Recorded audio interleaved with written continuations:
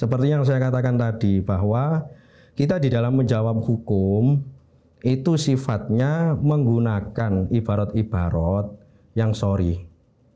Kalau tidak ada ibarat yang sorry, baru kita menggunakan ibarat-ibarat yang di situ dianggap paling dekat dengan kasus-kasus yang dibahas.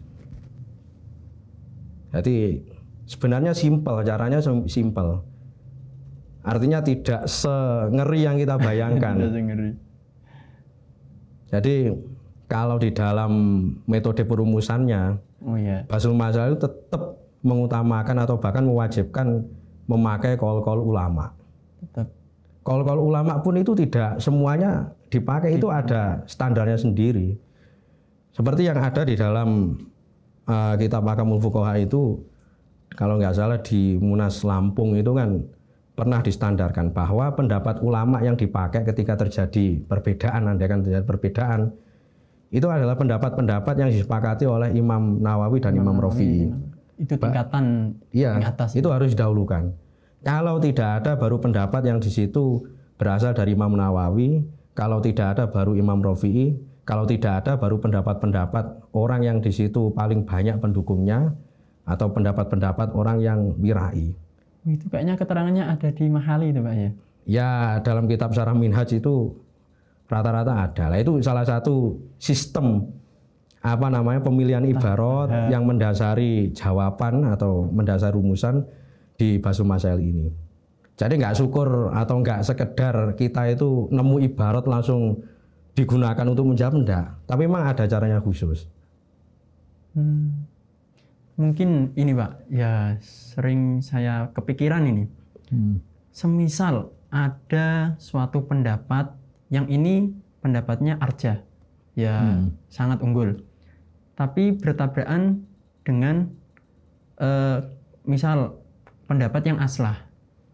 Nah ini Pak, yang saya tanyakan dari pribadi saya ini sangat bingung ini.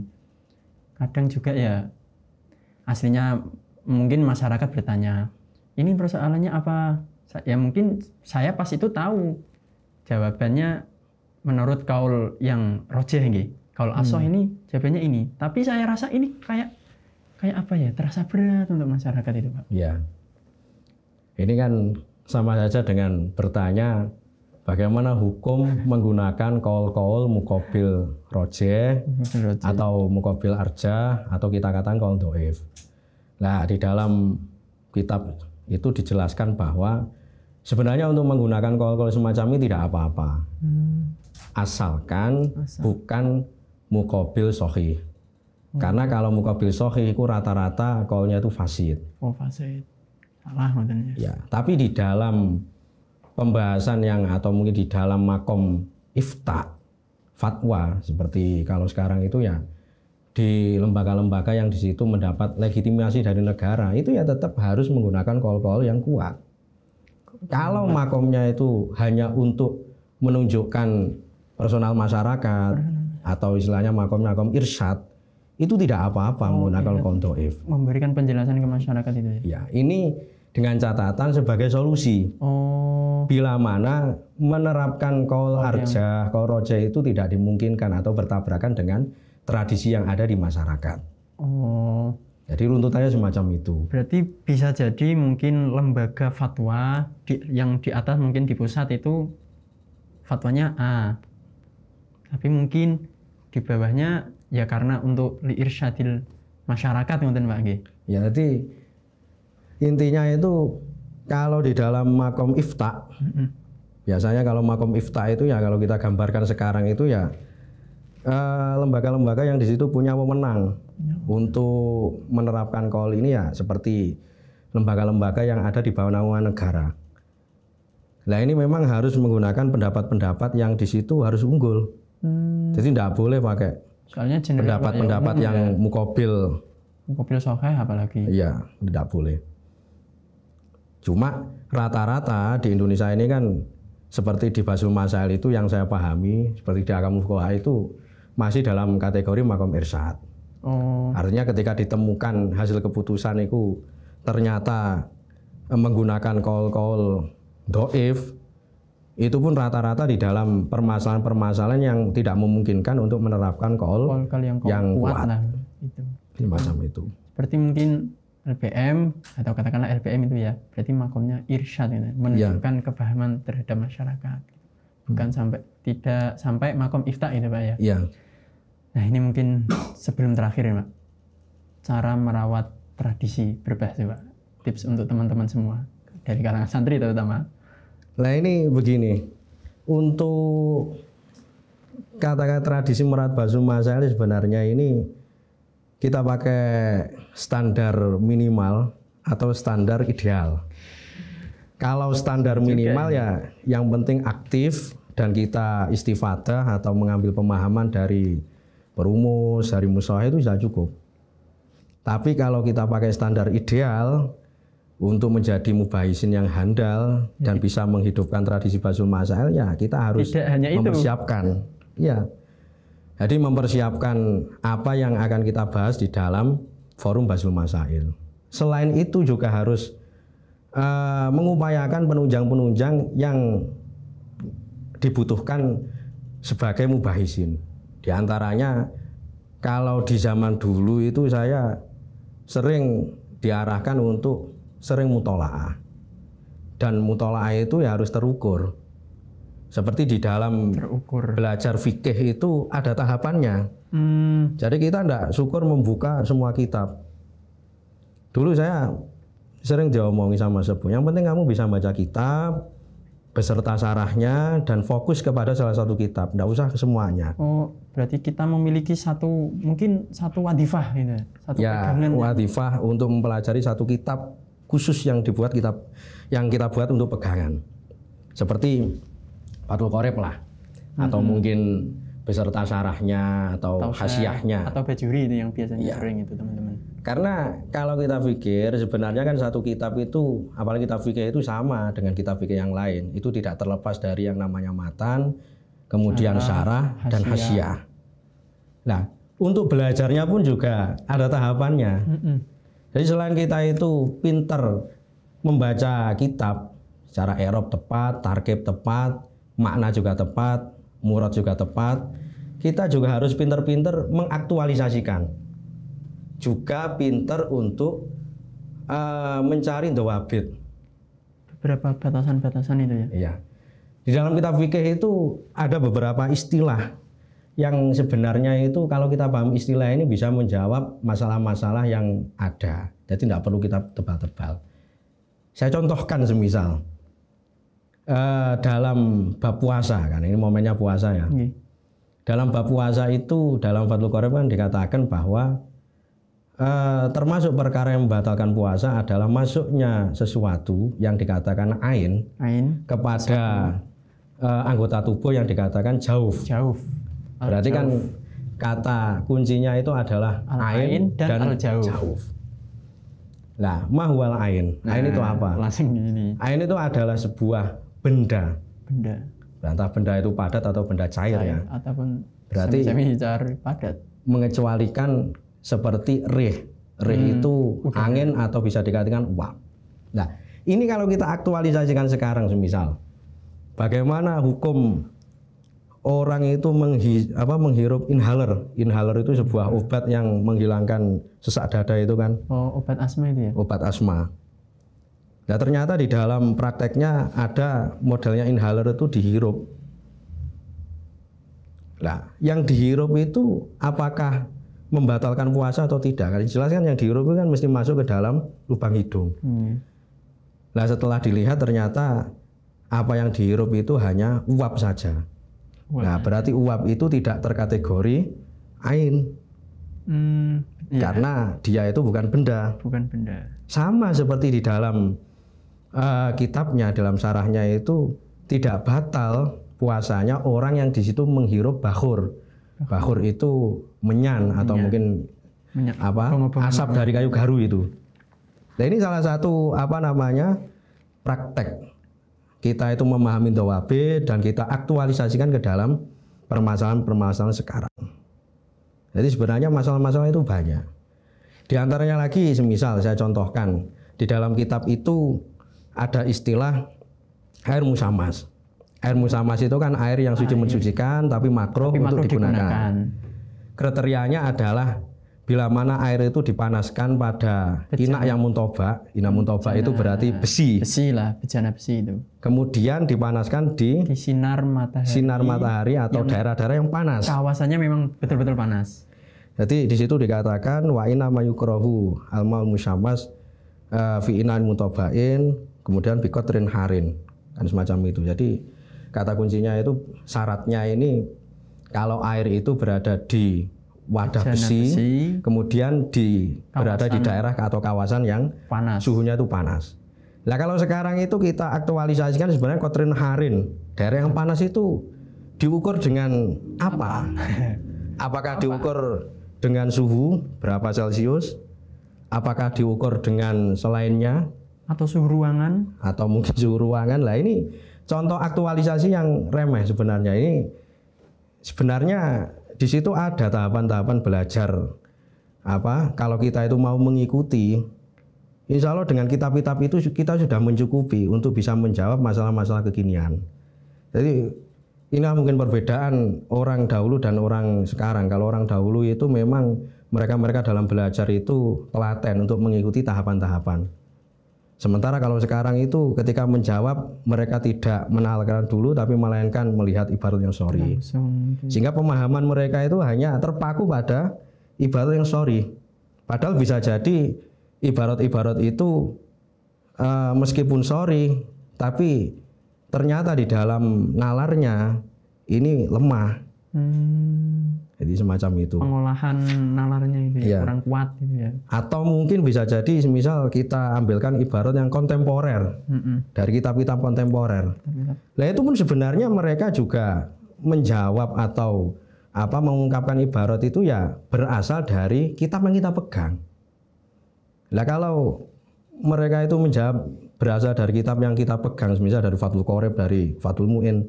Padahal kita setiap hari kan belajar Fathul Qorib dan Fathul Mu'in. Mestinya kita juga bisa mencetuskan hukum itu ya cukup dari Fathul Qorib dan Fathul Mu'in tanpa adanya penunjang kitab-kitab yang asriyah atau kitab-kitab kontemporer itu. Tipsnya berarti ya teman-teman ya. Mutola'ah dan perlahan mengikuti tahapan-tahapan seperti doabit, batasan-batasan seperti apa, batasannya apa, kemudian samakan dengan persoalan lain, ada kecocokan atau enggak ya, seperti itu Pak ya. Untuk standar ideal lagi sebenarnya, kalau dulu itu juga ada sistem pembelajaran itu mulai tahapan kita memahami istilah-istilah kitab dasar seperti kitab Fathul Qorib, kita memahami per bab itu syarat rukunnya, definisinya. Kemudian kita kembangkan di dalam masalah-masalahnya. Kalau kita melajari kitab model semacam ini kan ada di Fathul Mu'in. Kemudian juga kita pelajari khilafiyahnya. Nah ini bisa kita terapkan di dalam ketika kita itu mempelajari kitab mahali. Kemudian juga menganalisa perkhilafan tersebut. Nah kenapa dalam masalah ini, semisal ini, kenapa dalam masalah ini yang dianggap unggul itu pendapat yang mengatakan haram? Kenapa mukobilnya itu mengatakan ini halal semisal? Di mahali dijelaskan. Kemudian kalau sudah ya kita kembangkan, kalau masih ada kesempatan ya kita kembangkan di dalam perbandingan madhab. Nah itu kalau kita bicara metode belajar ideal. Maksudnya ideal itu ya standarnya kalau orang itu ingin betul-betul tafakuh lah. Pelajari fikih secara mendalam. Tapi itu ya sulit Pak, soalnya kita saja yang Syafi'iyah saja Ya sulit itu bukannya tidak bisa ya, asalkan ada kemauan itu kan insya Allah ya bisa lah. Ya semuanya kan kembalinya kepada kemauan kita masing-masing. Dan perlu diingat bahwasanya model pembelajaran semacam ini tidak bisa instan. Dan ini sebenarnya yang kita lakukan di Pondok Lirboyo ini. Artinya kita belajar di Lirboyo itu kan prosesnya itu kan lama. Bisa dikatakan mungkin orang tamat itu 9 tahun, kalau sekarang ada wajib khidmah itu 10 tahun. 10 tahun. Nah, sebenarnya kalau kita lihat sebenarnya proses itu sebenarnya sudah mendukung.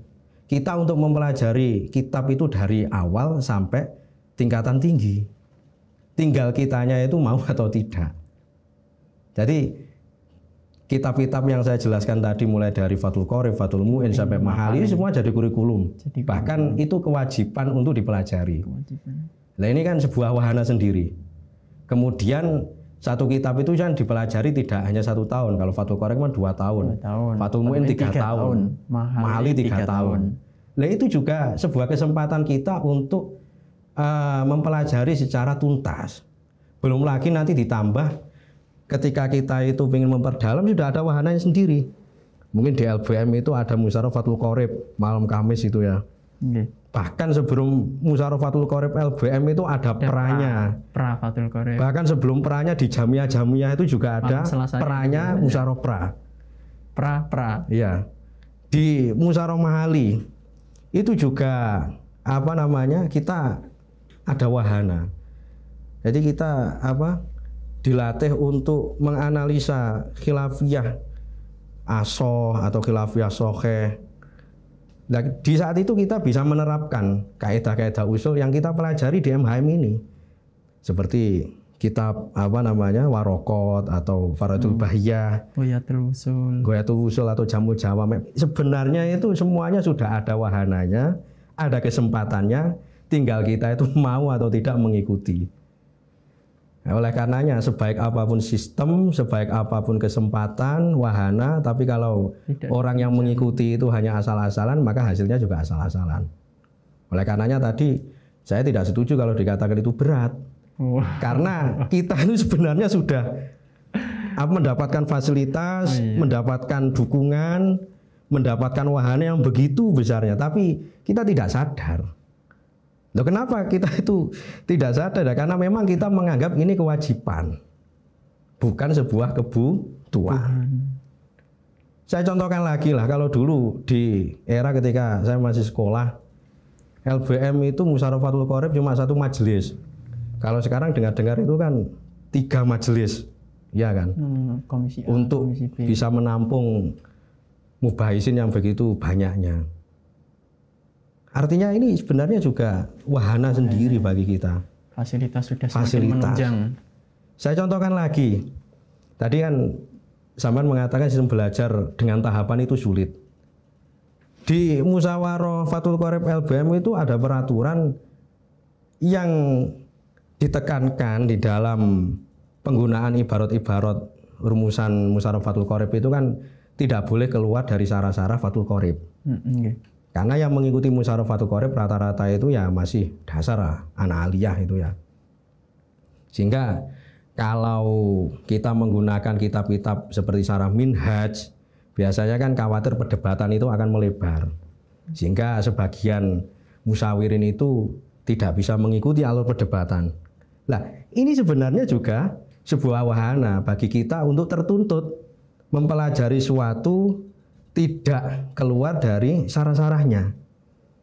Jadi termasuk dari etika ya, saya katakan termasuk dari etika itu kita mempelajari sesuatu itu harus runtut. Seperti kita mempelajari Fathul Qorib.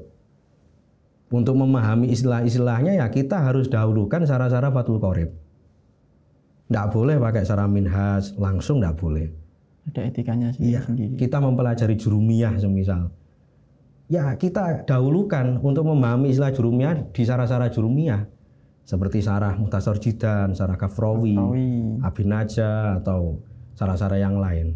Tidak boleh kita pakai Syarah Alfiyah, apalagi Syarah Qatrun Nada itu tidak boleh. Karena belum stepnya ya Pak. Ya karena dikhawatirkan kita mempelajari itu tidak sesuai dengan pemahaman apa yang dimaksud oleh Kiai Musonef. Nah, itu sebenarnya dulu diatur.